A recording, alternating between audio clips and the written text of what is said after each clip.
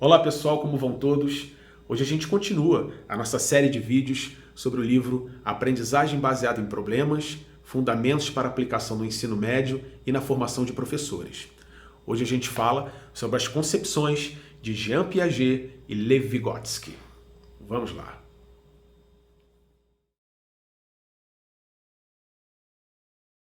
O livro Aprendizagem Baseada em Problemas, Fundamentos para Aplicação no Ensino Médio e na Formação de Professores está disponível nesse endereço na internet. Nós estamos falando do capítulo 6, um referencial pedagógico da aprendizagem baseada em problemas, capítulo do qual eu sou um dos autores. E a gente inicia falando de Jean Piaget. Piaget nasceu em 1896, na Suíça, graduou-se em biologia, fez o doutorado na área de psicologia e lecionou na Universidade de Genebra. No início do século XX, o Piaget vai para a França e estuda na Universidade de Sorbonne, em Paris.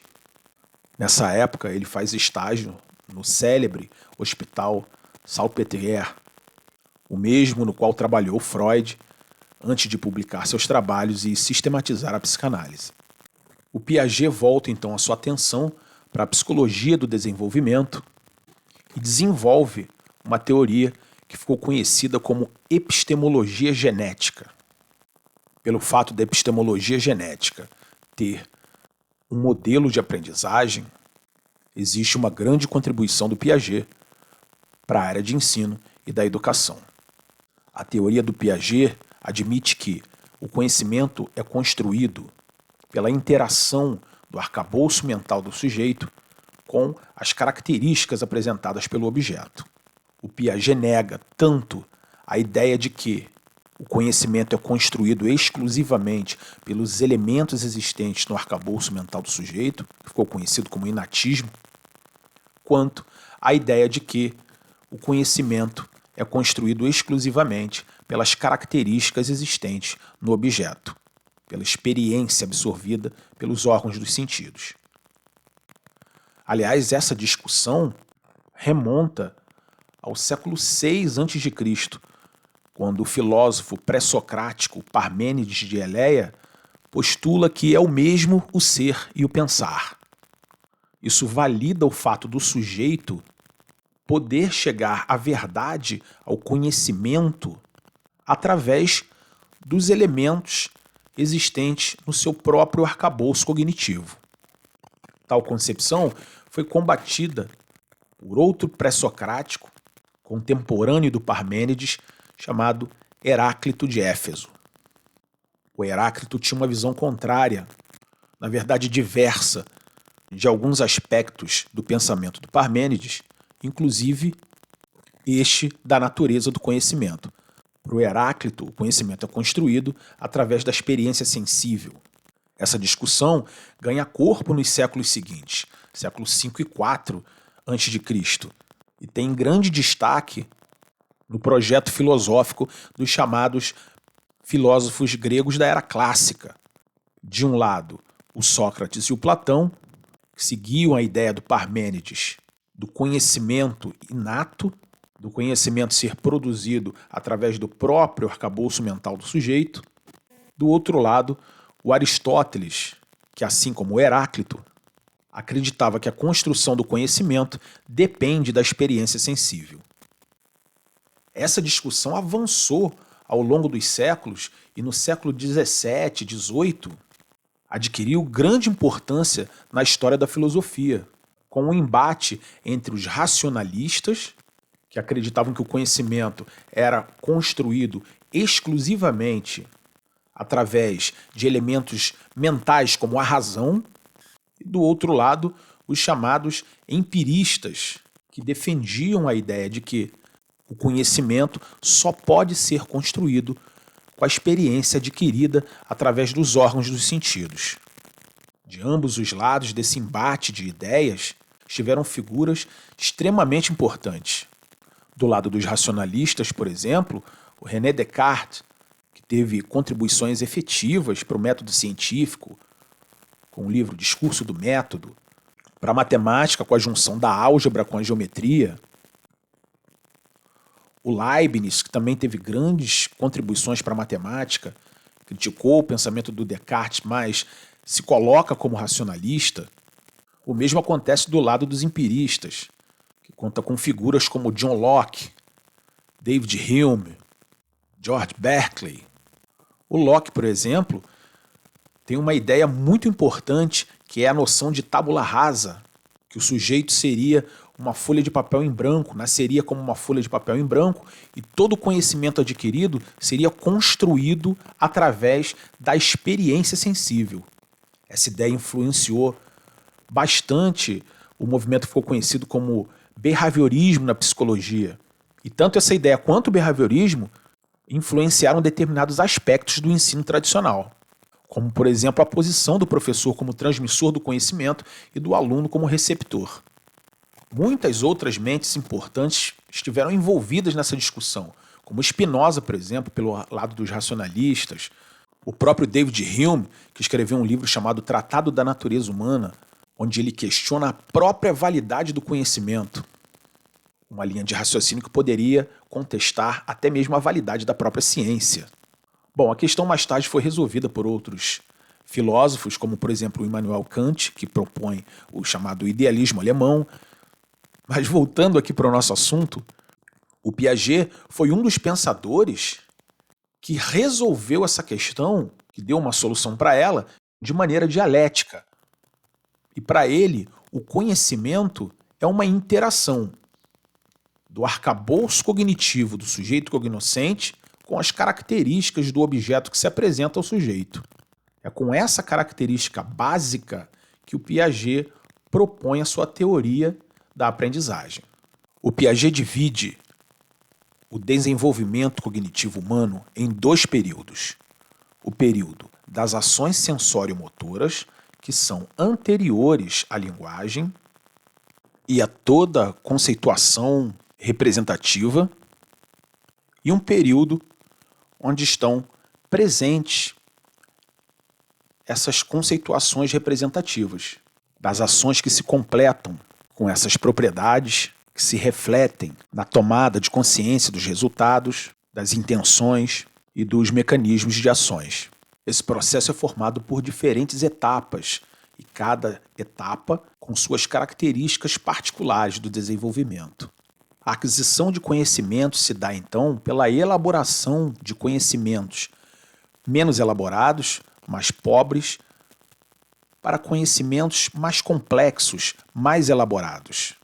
E aqui é fundamental a construção de estratégias e mediadores que permitam essa elaboração. E na perspectiva do Piaget, essa elaboração do conhecimento se dá por um processo chamado de adaptação. A gente pode entender por adaptação a capacidade que o indivíduo tem de se ajustar ao meio ambiente e interagir com o meio ambiente. Na verdade, para o Piaget, a adaptação resulta de dois processos, a assimilação e a acomodação. Sendo a assimilação o processo de incorporação do mundo, dos objetos, da realidade. E essa incorporação é feita por meio da construção de esquemas mentais pelo sujeito. A acomodação são as modificações desses sistemas mentais assimilados. Isso quando situações do mundo externo propiciam essas acomodações. Se o meio não apresenta problemas ou dificuldades, a atividade da mente, segundo Piaget, é apenas de assimilação. E é diante dessas situações de problemas, de resolução de problemas, que a estrutura cognitiva do sujeito se acomoda e se desenvolve. E nesse ponto a gente pode fazer um paralelo da importância dada da resolução de problemas na teoria do Piaget com a posição central da situação problema da aprendizagem baseada em problemas para a aprendizagem dos estudantes. Para a gente utilizar um exemplo simples e entender esse mecanismo proposto pelo Piaget, vamos imaginar que este objeto represente os fenômenos do meio ambiente, as situações, os problemas apresentados ao sujeito. A assimilação ocorre, então, quando o sujeito interage com os fenômenos do meio ambiente e cria na mente esquemas mentais assimilados. Em contato com estímulos do meio externo, com situações problemas, por exemplo, esses esquemas mentais se modificam e sofrem acomodação. Nessa dinâmica, a acomodação gera novos processos mentais de assimilação a serem acomodados. A adaptação é, portanto, o equilíbrio entre assimilação e acomodação. Então, sempre que ocorre acomodação, novas estruturas de assimilação são geradas, para que o sujeito possa interpretar a realidade. Ou seja, o equilíbrio sempre vem de um desequilíbrio pré-existente. E essa dinâmica de construção de conhecimento, o Piaget chama de equilibração majorante. A gente fala então agora de Lev Vygotsky. O Vygotsky nasceu na Bielorrússia em 1896. Em 1913, ele entra na universidade para cursar Direito. Se forma no ano de 1917, ano da Revolução Russa, quando os bolcheviques, liderados pelo Lenin, derrubam o czarismo na Rússia. Então, o Vygotsky se forma em um ano bastante conturbado na Rússia. Ele estudou na Universidade de Moscou Direito, mas sempre teve interesse em várias áreas do conhecimento. Frequentou também cursos de História, Filosofia, estudou Medicina e teve sempre em mente o intuito de compreender a psicologia humana.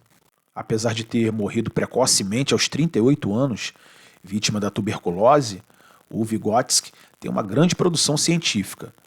Produziu por volta de 200 trabalhos científicos em muitas áreas do conhecimento, da neurociência até a crítica da arte. Logicamente passando pela psicologia e pela educação. O Vygotsky dá muita importância à interação social na construção do conhecimento. Esse tipo de abordagem é conhecida como socio-interacionismo.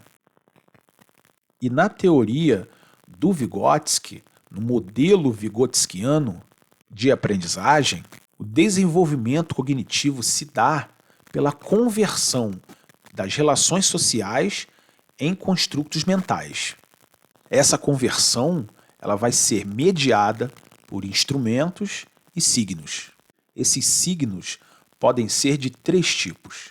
Os indicadores, que têm uma relação de causa e efeito com aquilo que significam, como fumaça e fogo, joias e riqueza. Os icônicos, representados como desenhos ou imagens daquilo que significam. E os simbólicos, que têm uma relação abstrata com aquilo que significam, como as palavras ou algarismos em números para representar quantidades. Porém, é importante entender que em Vygotsky, tanto os instrumentos criados pela nossa espécie como os signos são construídos através da interação social. Assim, qualquer aquisição de significado é dependente da interação social. A apropriação desses instrumentos e desses signos só ocorre devido à interação social. E aí a linguagem, que é um sistema de signos, em Vygotsky, assume um papel muito importante, já que ela tem grande importância na inserção social do indivíduo. E um conceito capital para o Vygotsky, nesse mecanismo, nesse modelo de construção de conhecimento, e muito conhecido da teoria do Vygotsky, é o conceito de zona de desenvolvimento proximal, chamada ZDP. A zona de desenvolvimento proximal pode ser entendida como a distância entre o nível de desenvolvimento real, que se caracteriza pela capacidade do indivíduo de resolver um problema sem a ajuda de um companheiro, e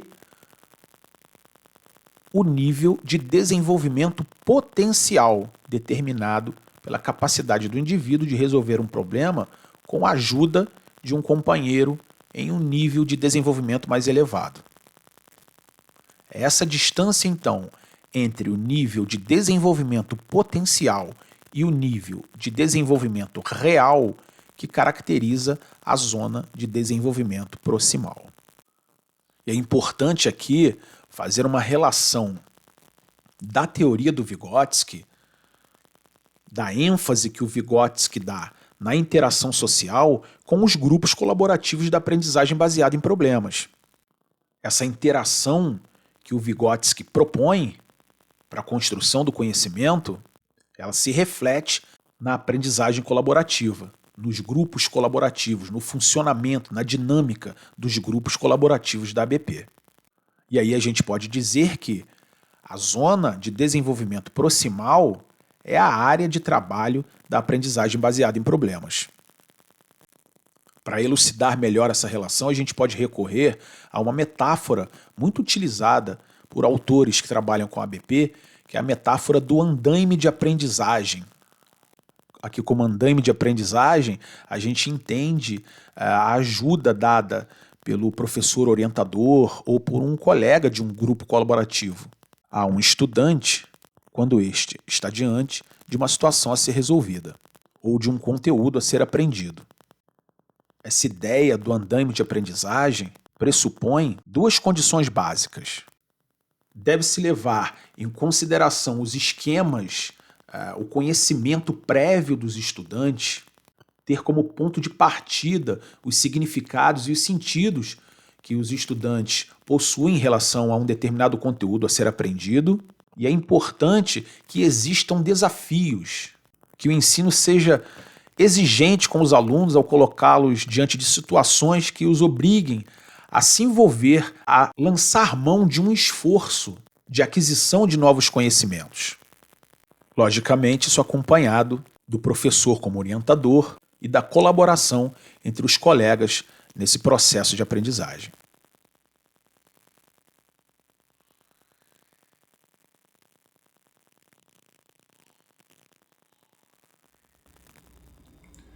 Tanto Vygotsky quanto Piaget são autores bastante conhecidos quando a gente fala de formação de professores. É importante que se faça essa ponte do pensamento desses dois autores construtivistas com as premissas que fundamentam a aprendizagem baseada em problemas, de modo a aproximar os professores dessa prática. Obrigado pela atenção de todos e até a próxima.